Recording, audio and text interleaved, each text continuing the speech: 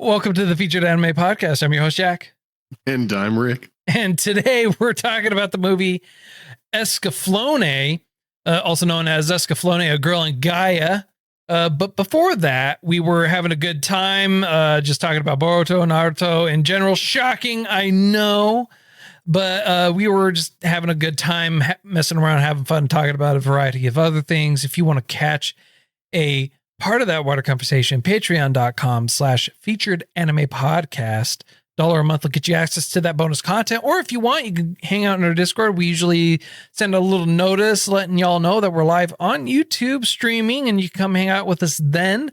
If you want to purchase the movie or any other anime swag that we usually talk about, you can check out our affiliate links in the show notes for you. You could also go to featuredanimepodcast.com. It'll take you to where you can go to contact us and submit episode requests and everything like that. I'll be happy to hear from you. And now on to the meat and potatoes. Escaflowne, the movie, came out in June 2000.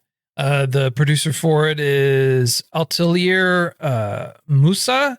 The studios for it are Bones and Sunrise. It's an original, and the genres for it are adventure, drama, fantasy, romance, sci-fi, isekai, and mecha.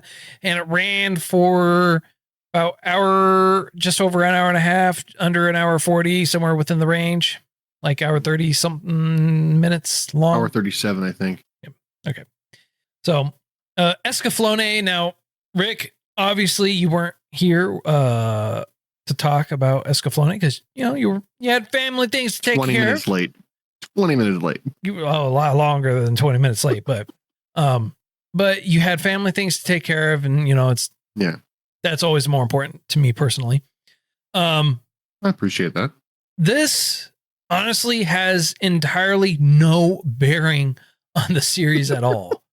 It is a completely rewrite of the original series that was done, like I want to say 7 years prior. Kind of want to say it was done better. I would agree wholeheartedly. Yeah. So it hadn't even been 7 years, honestly. The series came out in 96 and the movie came out 4 years later. Now, the reason why I feel like the series was done better is because it was done by Bones and Sunrise, and both are known for great anime, and both, or Sunrise, if I remember correctly, also worked on the original. Wait, hold on. You think the series was better than the movie? No, I said Sunrise has worked on both. I don't think that the series was better. Okay, no, it sounded like you flip-flop, I thought, at least in my head. Yeah, I got you. I may have fumbled my words, which is entirely possible. But no, Bones is known for honestly turning out a bunch of great anime. Full Metal Alchemist. So is Sunrise too, though. But they've also done Snow White with the Red Hair. They've done Full Metal Alchemist Brotherhood, if I remember correctly. My Hero Academia, Soul Eater, good ones. Mob Psycho 100. They've Bungo really Stray Dogs, Darker Than Black. Kind of side note, real quick. Speaking of Bones and what they've done, do you think, Cowboy Bebop the movie? Oh yeah, that was a good one, right? Well, okay, so focusing on just Brotherhood and a Full Metal Alchemist, which one do you prefer? What do you mean? Like, which one do you think is better? Personally, I'll lead with what I think, just so you can get an idea. I can't give you a proper answer. I can't tell you which one's better or not because they're not the same. True. And I don't necessarily mean they're not the same genre. It's just the way they hit are completely different because the way things were done. So, it's just I would honestly have to say that I find the movie of Escaflowne to be better than the series. Since that's what we're here to talk about today, not Full Metal Alchemist. Okay, to be fair, you and I disagree. I liked the Full Metal Alchemist way better than Escaflowne, but fair enough. Yeah, I wasn't talking about Full Metal Alchemist. I'm talking about Escaflowne. I'm talking about Escaflowne, the movie versus the series, which I find the movie to be better than the series.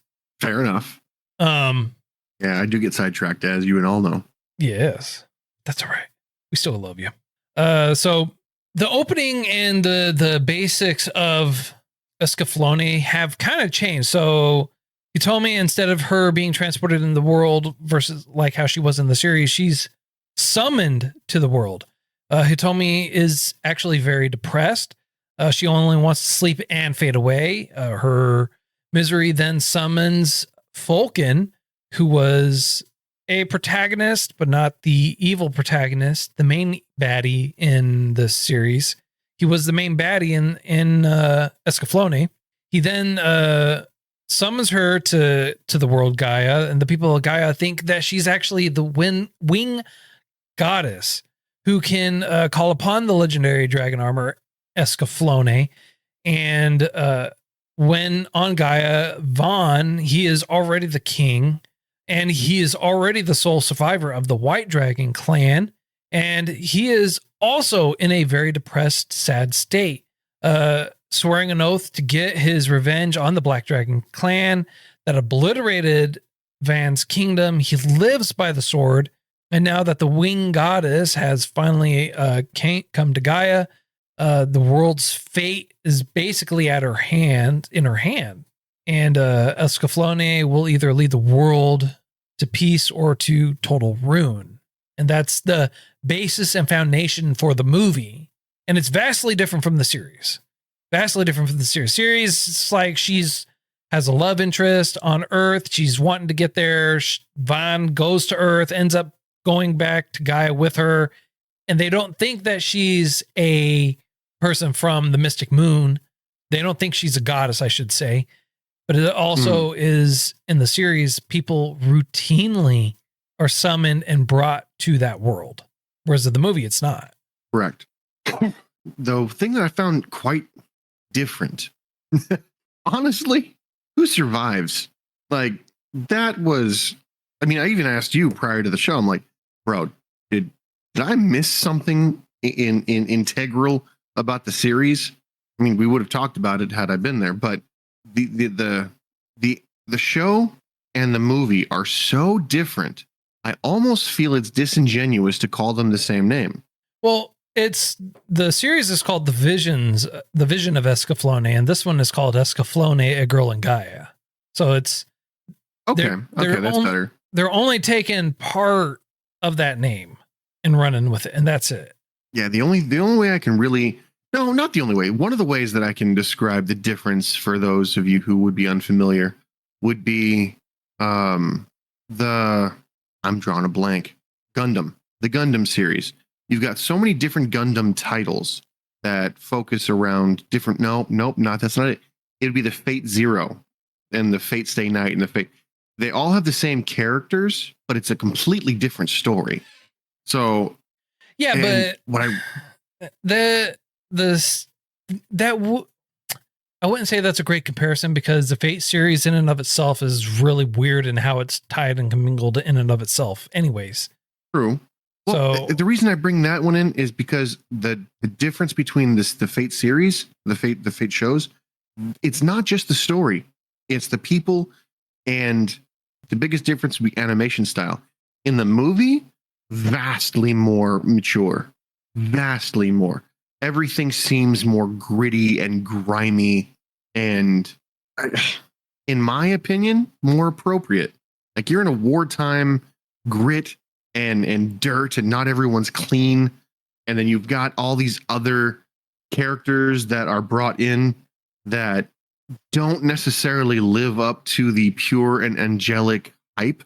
And our main character decides that she can't kill herself today because she just couldn't do it. And her friend wants to come in and be like, what the hell is this? Don't write me this. And it's like, it's not finished. I can't give you that just yet. It's not ready yet. I'm like, damn, that's dark. And then she gets teleported away. She was saying that beforehand, before her friend even read it. And then her friend and her had this continuing conversation and everything like that. It's like, look, just don't do anything dumb, or don't do anything without at least telling me first. No, give me the opportunity to actually talk to you first before you have it. And her friend even says, I may join you. You Yeah, know, so don't do it alone it takes kind a of thing. vastly darker turn, and it's a vastly darker animated, darker movie show versus the series. Mhm. Yeah. But the way that they made her seem depressed in here was far more believable. And the reason being is in a they did a really good job at giving you a visual representation and a knowledgeable representation of exactly how depressed she was. In a very short interaction, you find out that she stopped going to school to school sometimes. She stopped interacting in her groups. She withdrew completely, and the only interaction she's getting is somebody who just refuses to leave her alone. And it wasn't long drawn out. It wasn't 20, 30 minutes of it. It was short, concise, to the point. It's one of those showing you, not telling you things that I love in storytelling. Yeah. You understand far more than the words are conveying. And Yeah. it is just very well done. It is. And It is greatly well done. And one of the other great things about this is it's no longer her being a fortune teller like it was in the series. In this one, she's a normal girl. She's going through her own depressed issues. She has her own problems and trying to figure everything out. And she doesn't know anything, and she's stumbling along. And I feel like her interactions with everyone were more authentic. Absolutely. She wasn't the solver that she was. She wasn't the person people went to for advice. She was the one, like, if you were dropped into a world where you were unfamiliar, you were thrust upon this idea of being amazing, like her fear in the voice actors were phenomenal. The fear you could hear her when she was trapped in Escaflowne initially upon her transportation from one to another. She was covered in liquid. She couldn't breathe. She was panicking. And then she was expelled from Escaflowne onto Van. And the fear, relief, like everything came through really, really well. Yes. And the reason I know it came through really well is I really wasn't paying too much attention because I was like, oh, I've already seen this before. And then that happened and I went, oh, no, I haven't. I need to pay attention to the movie. I need to actually focus because the story is not bland. It's not a retelling. It is a retelling. It's just, it's original. It's an original. Yeah. It felt original. It didn't feel like it was a cookie cutter. It didn't feel like it was drawing from another story, you know? Yeah. This was in and of itself, and it was damn good. Yeah, no, it was great, honestly. And the animation style was one of the things I had a problem with the series. The animation style here, far superior in my opinion. Vastly superior. The bigger budget. You could tell that the people actually cared more, I feel like, in the movie than they did in the series. Everyone was very uniquely drawn. They had the finer details. They actually made some of the beast people look like beast people and gave them better detail and just, it didn't feel like it was just like kind of thrown together. Yeah. I mean, with the series, you could tell, I realize we're not supposed to talk about the series because we're, but with the series, you could tell that they were on a time limit. Like, hey, you got to rip this episode out. So, okay, fine. Maybe leave out some of the detail. Here, the lion looked like a legit lion head. Great, powerful, strong. And the reason I bring him up, his counterpart, not counterpart, but some of his underlings had different animals, but they were drawn with those particular characteristics. I think I saw a goat person in there who was very lithe, thin, wiry almost. Yeah, they took the care and details for every single person. And like the mole guy looked like a mole. The lion looked like a lion. Everyone was meant to look like a particular beast or animal. And they took the time to actually do it versus the series where they didn't do that. And so, and I understand, we're supposed to be talking about the movie and not the series, but there is just so many vast differences in between the series and the movie. You can't help but compare them, especially if you've seen both of them. Yeah. And it's just, it's like they grew up. Yeah. It's like now you're on, it was PG, rated PG. Now it's, NC-17. You got, granted, not even rated R, but like it's it's grown up, it's matured into something that honestly, like, chef's kiss on this one. But in the storytelling, it was far more concise, and instead of, good versus evil, you really couldn't tell who exactly was evil, because our winged princess, or winged goddess, if you will, was just a depressed teenage girl. And our bad guy acted like a depressed teenage girl. I mean, unfortunately, he was ruthlessly treated, apparently, to bring him to this everything must die scenario. Well, the thing is, that's the only explanation I can think of. No, so he hated the world because he felt like, and I feel like they took a very good approach towards this, right? So you had Fulken in the series, Vaughn and Fulken were brothers. Well, in this, they're still brothers. However, instead of them going through a rite of fighting a dragon, they're chosen, the successor is actually chosen by a priest or a fortune teller, or a seer. Thank you. And so his brother, Fulken, was not chosen. Vaughn was chosen. And he feels, because he was the older brother, he had been around a lot longer, he feels like his birthright was stolen from him. And when it comes to royalty, yeah, I can 100% see that internal struggle, that internal turmoil happening, because, hey, I was born first, I'm older, I'm here, I should be the one that becomes the next king. And instead, he was, his birthright, as he views it, was ripped away. See, and I kind of feel like it's not a crock. I feel like it is, but it's not. And here's why I say that. In this way, like, if they were born into our world, yeah, birthright is a thing. 100%. Everyone knows about it. However, in that world, same thing for our world, though. We've also had, like, where rulers and people were ordained by a god or a priest or a seer and everything like that. So it's the same thing, and people totally, in our world and theirs, it's a very close similarity into how things are or were. Well, the reason why I say that I feel like it shouldn't be, like, his reaction was too much, was because in their world, in their tradition, the seer was the one to announce who would take over, right, who the crown would go to. Now, perhaps he was alone for so long that it was just, hey, I'm the only one it's going to. You know what I mean? Well, yeah, he was a single child for long enough to get old enough to think that it was his by right, which is where I would see that.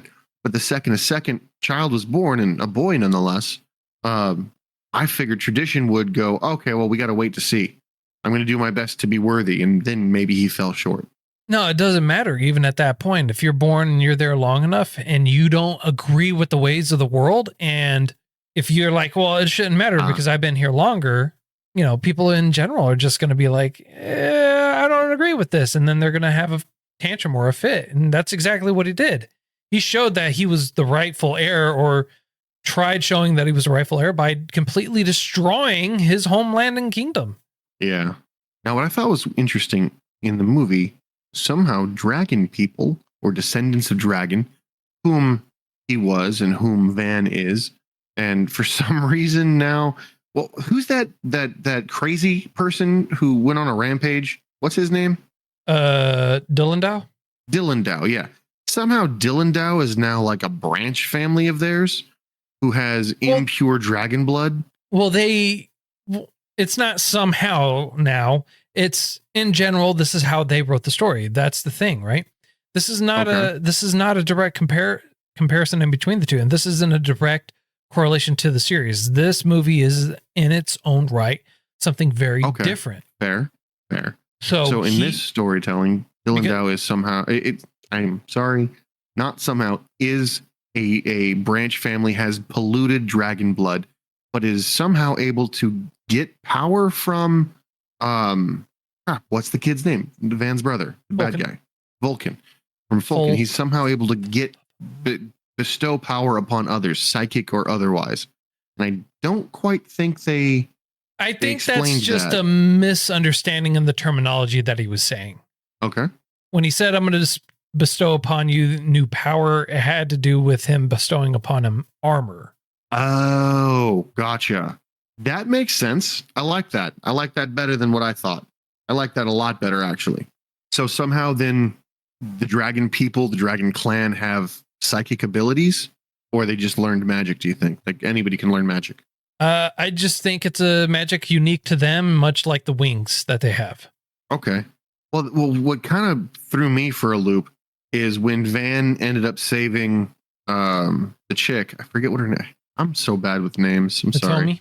Hitomi. When he saves Hitomi by flying down to pick her up, his wings vanish like magic. So I was thinking, they don't actually have wings. It's just another form of magic. Well, they grow out and then they dissipate. The feathers just fly everywhere when they happen. Yeah, so that's why I was thinking it was like a magic spell of some kind. Well, it's a magic spell that makes them grow wings, then they disappear. I mean, like it's the same thing at the first one, though. The wings come out and then they come back. I never really saw how that worked. I just assumed that the wings kind of retracted back into their body, like it was a part of their anatomy that they had to hide. Right. Well, they never actually showed the wings disappearing or anything like that in the movie either. So you just see feathers disappear. They showed feathers dissipate, feathers everywhere, but they didn't show them disappearing. Oh, I thought they might have. Anyway, that's just a super minor observation that I was thinking about. But the psychic abilities between the dragon kind, if you will, the dragon humanoids, off of the wall. Yeah. So like laser, just like awesomeness. I was like, that so underutilized. And how come Van doesn't know so much? How come Van doesn't know any? No, he knew it. He knew it in the movie. Well, not enough for me to be like, he's proficient. They utilized it, but they didn't utilize it in the way you were wanting. Absolutely not. His brother had way more control, way more, I feel like, power. Well, his brother was older and probably utilized more of it. Had more training. Learned more. Yeah, had more training. That makes sense. Would then feed into the I should have been the king. Fair. That would absolutely fall into that ego, the I'm worthy, you're not. I'm better than you. Yeah. Yeah, I can see that. That makes, I like how that's going. That makes a lot of sense. But yeah, it's just straight up the fighting in there, the bloodshed, the realistic fighting. And what I mean by that is when you have an arm sliced, it gets sliced off. The only fighting I really didn't understand, the more I think about it, I watched it 2 or 3 times, were when Escaflowne shows up for the second time, and actually last time, and he fights off the other armor. And it seems like they were really slow. Yeah. I can't tell if it was on purpose or if it was to show that these great movements take inertia and time to move these massive bodies. So while it looks slow, up close, boom, boom. You know what I mean? Yeah. Well, I would assume that it's the latter, not the former. Okay. Because, it is in terms of size, it's massive. So for us, yeah, it probably seems slow, but it is also meant to convey that these are not tiny things, and they are moving. They're moving pretty fast in comparison. Now, one of the things that, if I have to say anything negative, Van was very childish, very single-mindedly focused, and to the detriment. Like, I think a protagonist shouldn't be so ignorant. Well, and that's one of the things that they pointed out to him, pointed out his flaws and his issues and everything like that. But also at the exact same time, you have to remember, like, he literally lost everyone. Just, his whole kingdom and everything like that by his brother, because he's supposed to be king and his brother wasn't. Now, I'm going to draw back to the voice acting. During what I consider to be the climax of the movie, when Van is running towards his brother and he shouts out, brother, Yeah. The pain emanating from his brother when he says, it's been so long since I've heard those words directed at me. it was almost heartbreaking. I say almost because I've never been in a situation I can relate to that, but that just goes to show how well the voice acting was. Because in that moment, even though I don't have anything I can connect to, damn. Yeah. No, it was good. The voice acting was great. The artwork was honestly immaculate, in my personal humble opinion. The music for it was a lot better too for it. Oh, It was greatly done. I don't have like too many negative things I can honestly say about it. I do find the character growth and progression for him a little bit, and her, honestly, for both of them and Hitomi, both to be a little bit too hectic and spontaneous. Like it was a little bit of a breakneck speed. So that's something that I honestly didn't care for. I didn't like it too much, but it is what it is, you know? Yeah. Yeah. No, if anything, this is one of the few that I've come across that I wouldn't just recommend. Like, I would probably buy it and be like, hey, you should totally watch this and get back to me. Yep.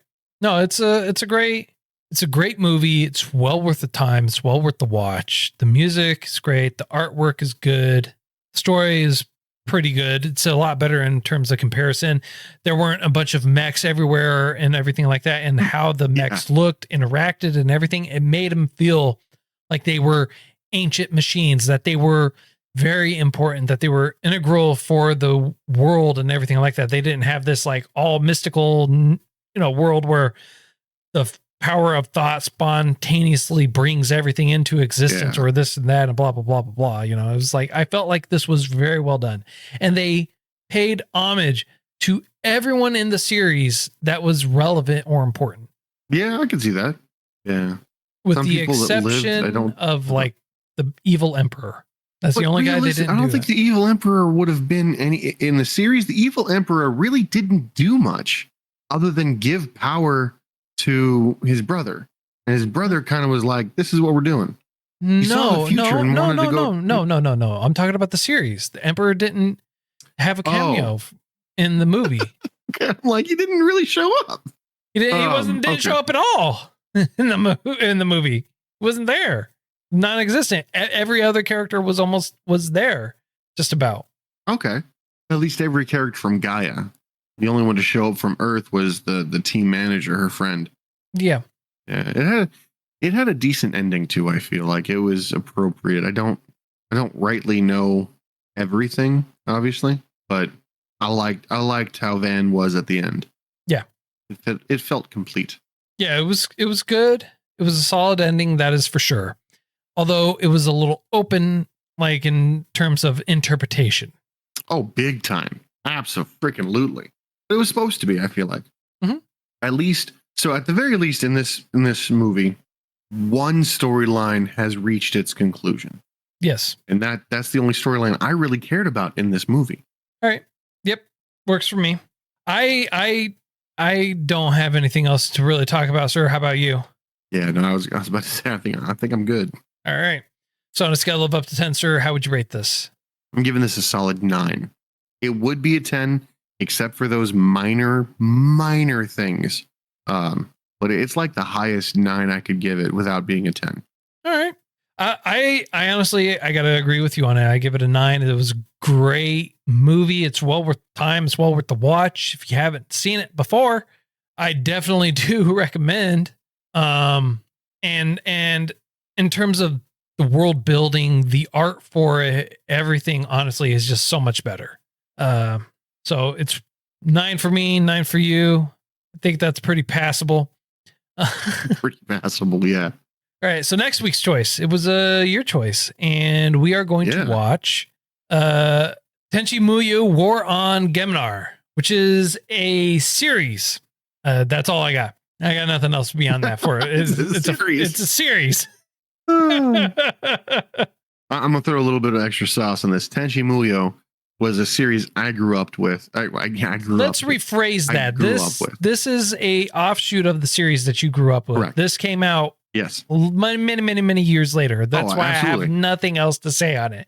And that's why you, Rick, have nothing else to say on it today. What I was You going, I have got a little nothing. bit. I got a little bit. I got a little bit. What You I was got going to nothing. say was, So thanks for I grew hanging up out with us, Tenchi guys. Muyo, and this one intrigued me, so I'd like to have you watch it too. Hopefully, it'll get me to realize why I missed the other one. Right. So that's all the time that we have for today. Thanks for hanging out with us. Hope you enjoyed this week's choice. If you feel like we got something right, something wrong, did it too much justice, not enough justice, or anything like that, feel free to let us know. All our contact information and everything like that is available to you in our show notes. If you want to, hang out with us, talk with us, or anything like that, we have our Discord, and we usually do let you know when we are going to go live on YouTube in there, so that way you can hang out with us while we're actually talking about the show that we're actually talking about.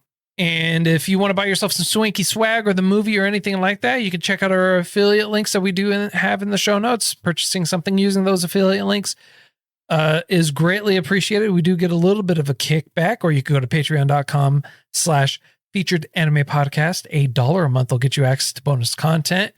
And until next time, I'm Jack. I'm Rick, and we'll see you next time.